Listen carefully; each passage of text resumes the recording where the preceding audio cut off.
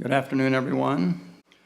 A number of years ago, a random management survey was given to the managers where I worked at the time.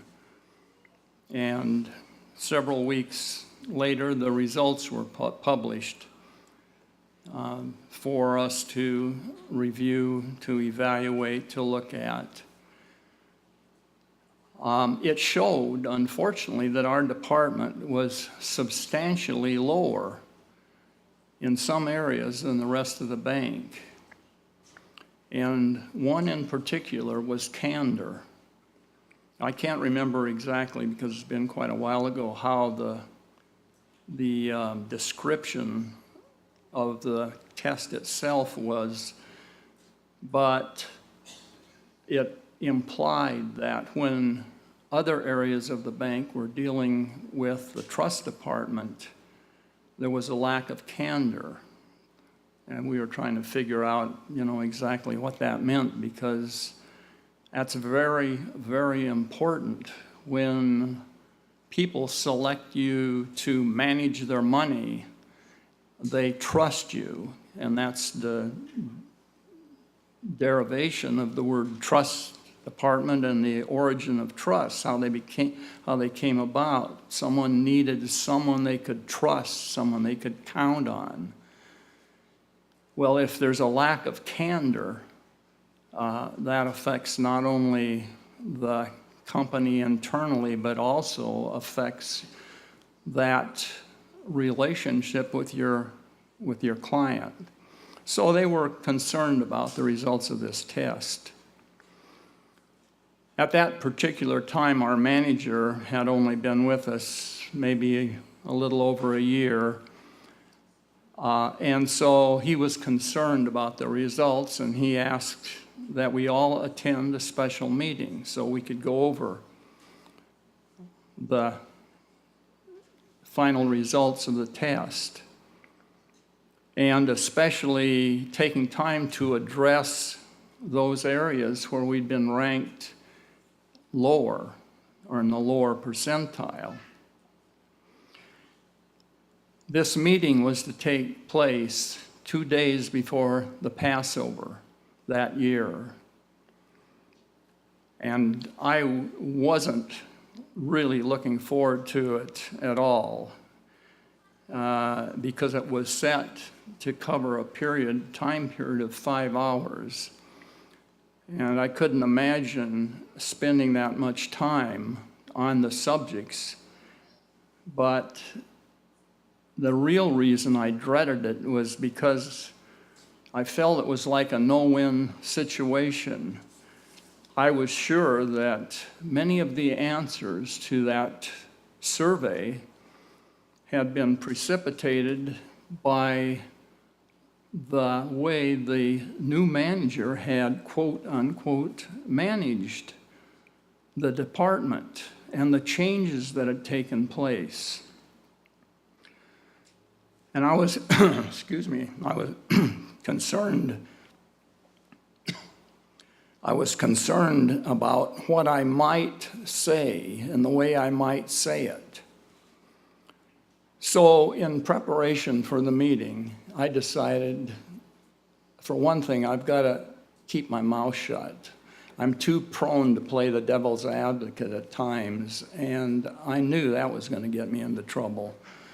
So I decided I would write out a number of scriptures that were pertinent, that were relevant to the environment, to the meeting itself, to the people there. And for about 2 weeks prior to that meeting, I carried these around with me, and I'd written the scriptures out verbatim. And occasionally I'd pull them out and look at them, read them through, because I wanted to be really prepared. I wanted to have all of these points and all of these comments and all of these directions really in the back of my mind, so I wasn't struggling to think of them. I wanted to really have them down pat.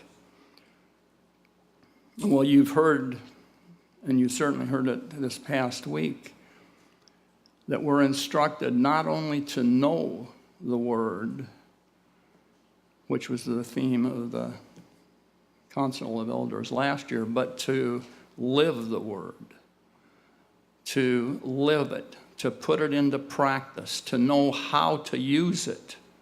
And you could use live and use interchangeably because they are tools. The Word of God is a tool for you to use. Anyway, and the reason is that we're to be not only hearers of the Word. We may have the knowledge of what God's Word says, but if we don't do anything about it, if we don't use it, if we don't live it, then what good does it do to know it?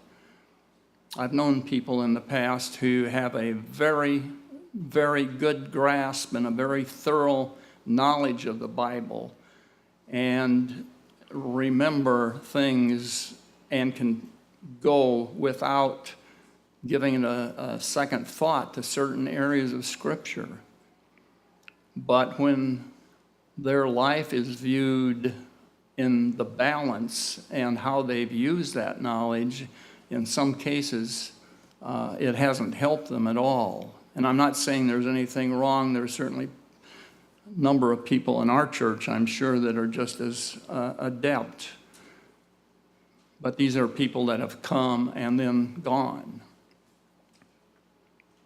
Well, anyway, my plan was to try to not talk too much based on these verses, and especially not to get involved in anything that was really volatile or very sensitive, because I'd seen enough of our new boss and how he had acted and reacted, and I was reasonably sure that his mind was not going to be open or be receptive to any genuine criticism. Because as you know, any time you look at any organization, be it a church, be it a corporate structure, be it a school, whoever's leading that is the one that's establishing the environment and leading by example or talking about what should be done. They're the ones that are establishing it. And I couldn't see that so far, he'd given a particularly good example. I had talked to him about something, and that's the reason that I was thinking the way I was sometime before this meeting, about something that he was doing and something that I suggested might be done a little differently. And he looked at it, and then he simply referred to it as, quote, textbook. That's what you'd read if you were taking a course in college or you were taking a management course, and then simply dismissed it, implying that it might look good on paper, but in the real world, it didn't work as far as he was concerned. And this was in spite of the fact that came right out of a management course that was being taught in the bank at that time, a very well-recognized course, and was supposedly trying to be instilled in the managers that were taking it. And yet to him it was just textbook. There was no credibility in it. In real practice that doesn't work. And when you have that kind of attitude, of course it's not going to work. In any event, as an aftermath of the meeting, one of our managers gave notice of leaving because he could see what was happening, and that 5 hours was simply a waste of time. Well, anyway, it gives you a little idea of the environment. And like I said, I tried to keep my mouth shut. I was a little more quiet than usual. And at one point, after a particular sensitive subject came up and was discussed, he asked me point blank what I thought of it. And so, in what I tried to portray as a very light manner, I said, well, my dad was fired from the railroad at age 57 because of a problem that he had with the union. And I didn't think I would even make it to his age. That, of course, was a light comment and caused some laughter, which diffused the situation and helped me get through the meeting okay. I'm going to go through the scriptures that I used at that time because they were very, very valuable, and they cover some general areas. A lot of the scriptures are in Proverbs, but I'm going to read through them. And these are the things that helped prepare me for that particular meeting. And to me, it's kind of an illustration of how you use the word, how you live the word. Daniel 2, verse 21. Daniel 2, verse 21. First of all, we have to realize that kings are chosen, and you could just as well put bosses in parentheses in there, people in authority in there. They are chosen. They're put in a particular place at a particular time, and in some cases, maybe for our training. We don't really know, but they are chosen. Daniel 2:21, talking about God, and he changes the times and the seasons. He removes kings, and once again, substitute bosses or people in authority, and sets up kings. And when you look at the presidential election and all of the prelude to this, you wonder, who is it going to be? Who are people going to vote for? I'm not saying that people shouldn't vote, but when it gets right down to it, if Hillary is meant to be there, God is going to have the say in that. And if Donald is meant to be there, he's the one that will have orchestrated that to happen. Because the kings are set up by him and they're removed by him. In John 19, verse 11, and this is a further way of corroborating that, John 19, verse 11, Jesus was talking to Pilate, and he answered him, "You could have no power at all against me." Because Pilate said, don't you know who I am and what I can do? And Jesus was just pointing this important point out to him. Yes, I know who you are, but you can't have any power except it was given thee from above. So here again, he was recognizing the fact that God was the one responsible for putting Pilate where he was at that particular time. And since we know that, and since we understand that concept, when you know that, and I say when you know that, really know it, and really understand it, then it helps you to live with certain situations that can occur in your life. Because you know that God is responsible. Maybe that person is there, as I said before, to teach you, to train you, to create an environment where you're going to be tested. You may wonder about it, but He's there, he's in that position of authority, or she, as the case may be. And so, in thinking about this in a general way, because of that, because we know that God selects people, he sets them up, we need to be subject to those in authority. That's our responsibility.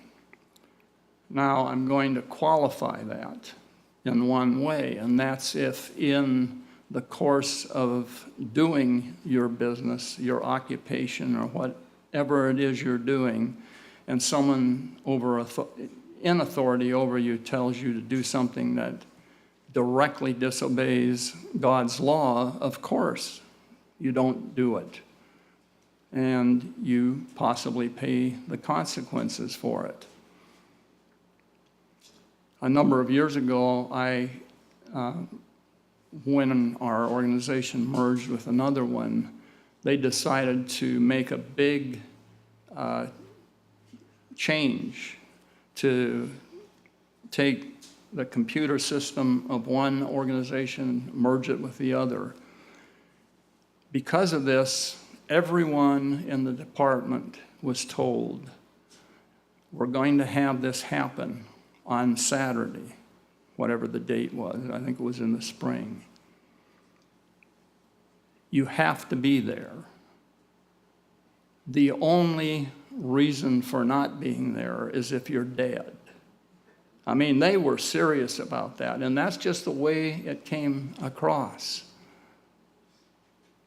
And I thought, yeah, well, can't do it, I'm not going to be there. But I thought about it very carefully, and I wrote a long one-page email to the supervisor who, and the operations manager as well, copied him about the reasons why I couldn't, explaining the Sabbath and saying that, over the years, and I'd been with the bank probably, 30-some years at that time. And I said, I've never been adverse to working overtime. I've never been adverse to coming in on Sunday if it's been required. I've done all of those things, but I'm not coming in on Saturday. End of story. And I didn't say that, but I did it in a very nice way. And I said, I think that whatever is perceived concerning the quality of the job that I do here is all based on my observance of the things that I observe and the things I believe in. And that's why I won't be here. Now, the funny thing was, they both came over to see me after they had read the email.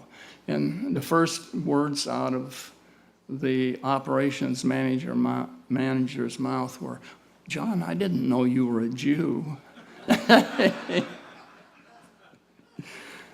Anyway, the upshot of the whole thing was and the manager said, "Don't worry about it, we'll cover for you."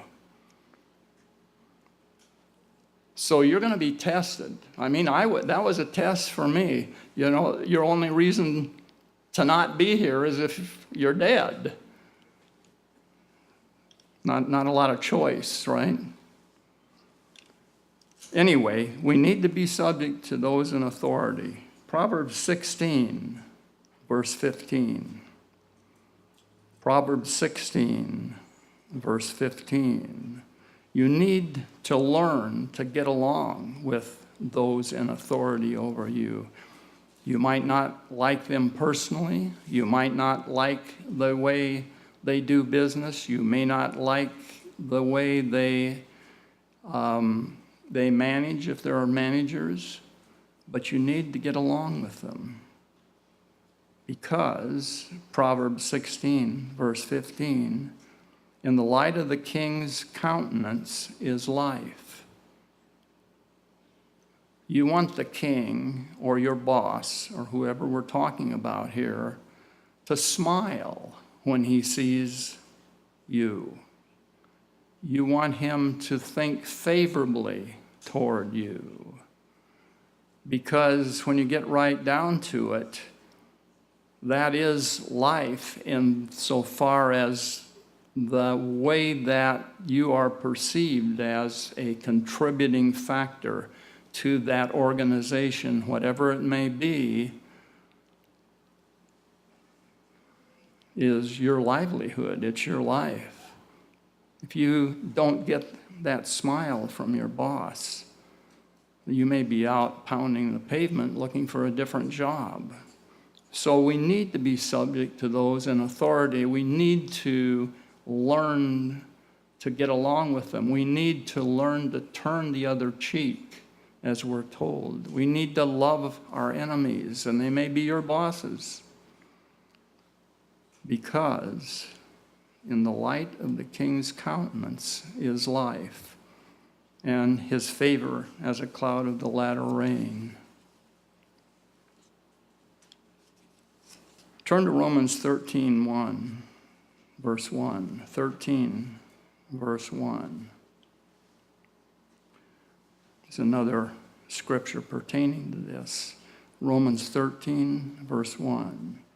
Let every soul be subject unto the higher powers, for there is no power but of God. And we've covered this already. God is the one that exhibits or shows or uses his power to put people in different places, regardless of when that happens, how it happens, what the circumstances are. There is no power but of God. The powers that be are ordained of God. So that's one reason why in any kind of a situation we're in, we need to be subject. Now, if you don't think you don't have to be, like if you don't pay your income tax, you wait till they come knocking on your door and try and explain that to them. It's that type of thing. Whosoever, verse 2, therefore resisteth the power, resisteth the ordinance of God, and they that resist shall receive to themselves damnation. So when you are resisting whoever God placed in that position, you in effect are resisting him. For rulers, and I'd say by and large, we think of them for the most part are not a terror to good works. And why would they be? Anytime you have someone that is working for you in whatever capacity, if you're doing a good job for them, why would they, want to terrorize you? Why would they want to detract from your work? Rulers are not a terror to good works, but to the evil. Wilt thou then not be afraid of the power? Do that which is good, and thou shalt have praise of the same. So you need to do what is good. You need to think of your employer as someone providing you a livelihood, or the organization.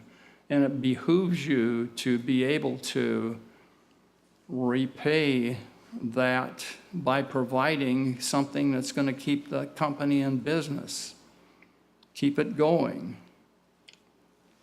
1 Peter 5, verse 5, another verse that pertains to this subject.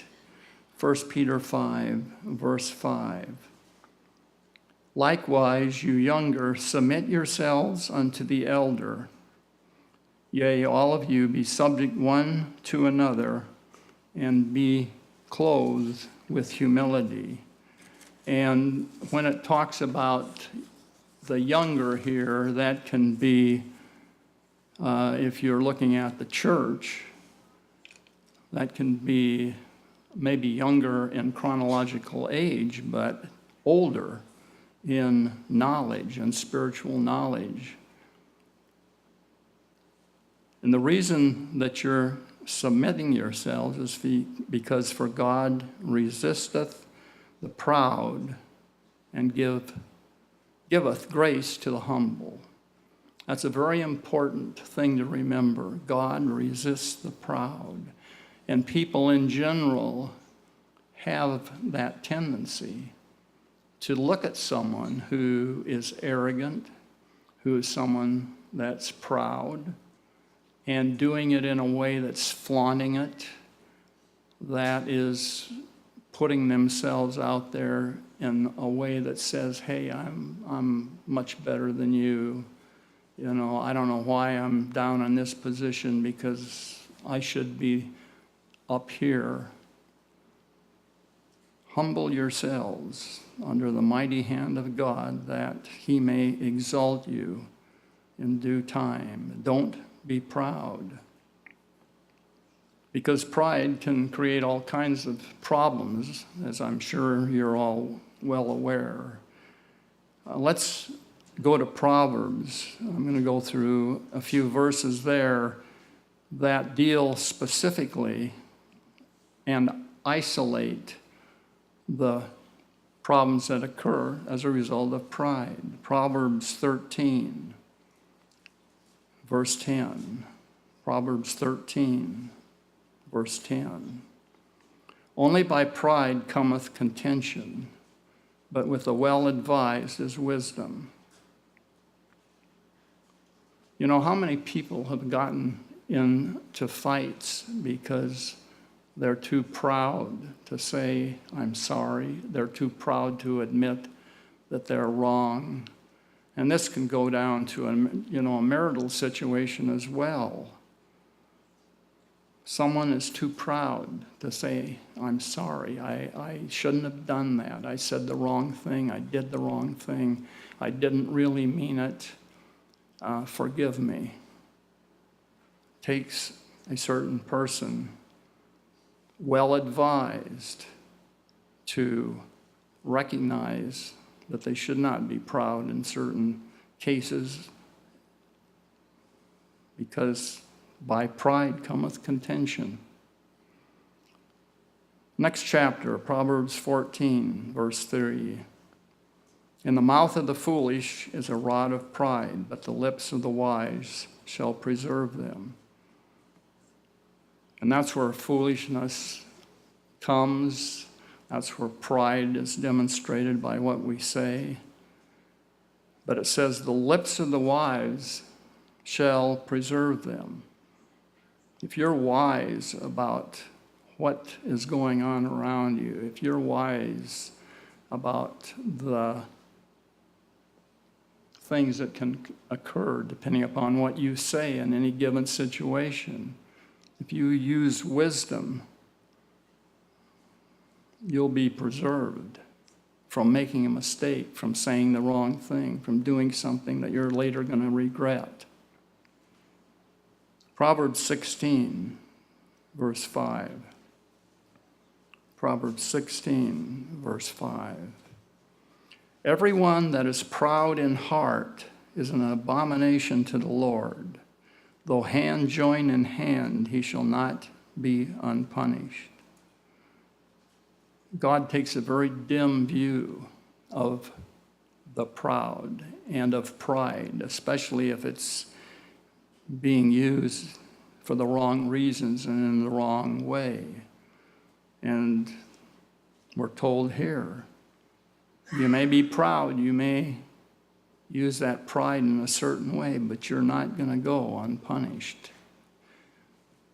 You know, you're going to reap what you sow. Sooner or later, it'll catch up with you.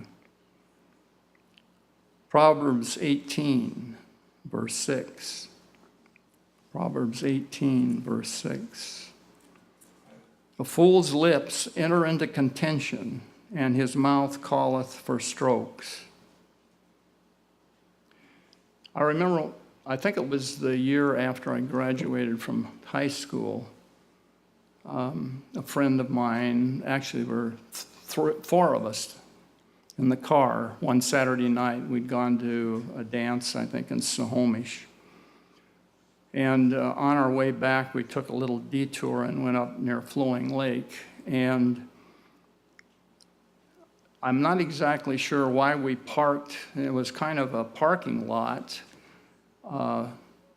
there, and a number of people, and I probably had been drinking too, but I don't remember that part of it. I mean, I know I had a clear head, but one of my best friends, Mike, had had a little bit more than he should have, and I don't know why. He saw this guy slouch down in this convertible, and I don't know if he looked at him wrong. You know how sometimes someone looks at you in a certain way?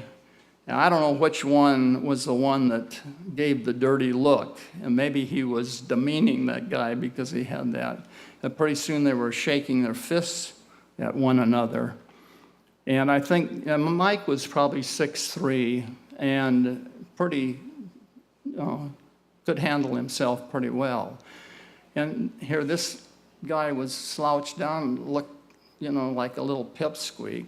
And so I think that probably was encouraged also by what he'd had to drink. He thought, well, I shouldn't have any problem handling him. So Mike got out of the car and started walking over. And this huge man undraped himself from that little car. I don't remember what kind it was, but he towered over Mike. And they started, squaring off at each other, and pretty soon Mike had enough. He came back, and his face showed that punishment. Anyway, that's the type of thing that pride can do to you. I mean, you're not going to go unpunished. I think Mike hopefully made or learned a lesson from that. I know we all did. Every time I think of it, it was kind of humorous in one sense. And that's this huge guy getting out of that small car. What we say is very important, and we all know that. What we say is very important. Turn to Proverbs 11, verse 9. A hypocrite with his mouth destroyeth his neighbor, but through knowledge shall the just be delivered. And that shows what hypocrisy can do, how it can damage reputations, how it can, in this way, destroy a neighbor. But through knowledge shall the just be delivered. If you think about what it is you're going to say before you utter it, you can save yourself a lot of problems. Proverbs 13, verse 3. Proverbs 13, verse 3. He that keepeth his mouth keepeth his life, but he that openeth wide his lips shall have destruction. And here again, you see that when you inadvertently flip out an answer to someone about something, or say, yeah, it should be done this way, or that's not right.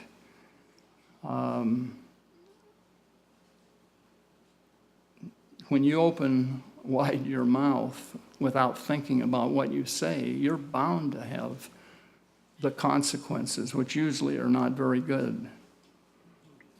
Proverbs 15, verse 1, another proverb that deals with speaking. A soft answer turneth away wrath, but grievous words stir up anger. Sometimes when you can feel you're on the verge of saying the wrong thing, you need to try to soften your tone, because the more irritated your voice sounds, the more irritated it's going to cause the other person to be. But if you try and respond in a soft manner, sometimes you can save the problems that come. Verse 2, the tongue of the wise useth knowledge aright, but the mouth of fools poureth out foolishness. And that's here again. Someone that talks, someone that makes a statement, someone that says something without thinking about the consequences, without thinking about what they're saying.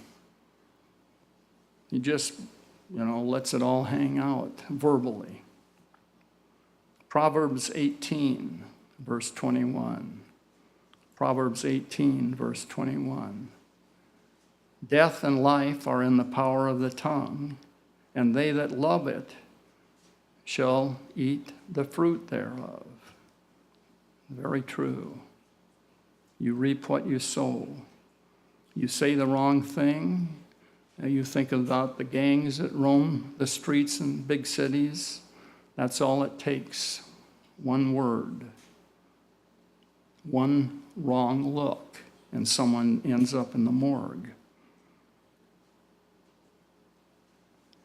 Sometimes it pays to shut up or just be quiet and don't say anything. And this is one of the things, the principles that I had really honed in on when we had this meeting. I tried to keep quiet to a certain extent. Proverbs 12, verse 23. A prudent man concealeth knowledge, but the heart of fools proclaimeth foolishness. Sometimes it's better not to say something. It's better to just keep quiet about it.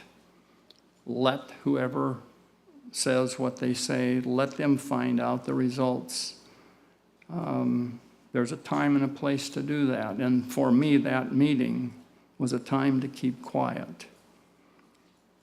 Proverbs 15, verse 28. Proverbs 15, verse 28. The heart of the righteous studieth to answer. And that, here again, is the same principle. You think about it, you think about what it is you're going to say.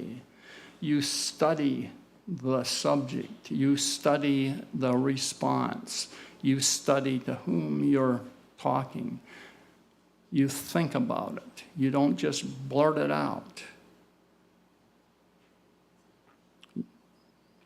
But the mouth of the wicked poureth out evil things. And once again, you do that, say things without thinking about it, there are consequences. Proverbs 17, verse 27. Proverbs 17, verse 27. He that hath knowledge spareth his words. And once again, here is the inference that it's not what you say necessarily or how many words you say it, but sometimes, it's better not to say a whole lot. Because, in this case, even a fool, when he holdeth his peace, is counted wise. And he that shutteth his lips is esteemed a man of understanding. And sometimes you've all probably been in meetings where that's taken place. Maybe you don't know the people in the room. Sometimes that'll happen in large organizations where they'll bring in people from branches and they'll have meetings of that kind. Some people don't say a lot, but the perception you have oftentimes, especially if you don't know them, is, that person must really know a lot because they haven't even bothered to comment. So it's just saying that sometimes if you're a fool, if you don't say anything, you're counted as being wise. And maybe you're a fool in certain subjects, and not a fool, but maybe you just don't know about something. It's better to just don't try and wing it, because that's the type of thing that gets you in trouble. Proverbs 21, verse 23. Proverbs 21, verse 23. Whoso keepeth his mouth and his tongue keepeth his soul from troubles. So, as you can see, your mouth and your tongue and the way you handle them, the things you do with them, things you don't do with them, they're the source of many, many troubles.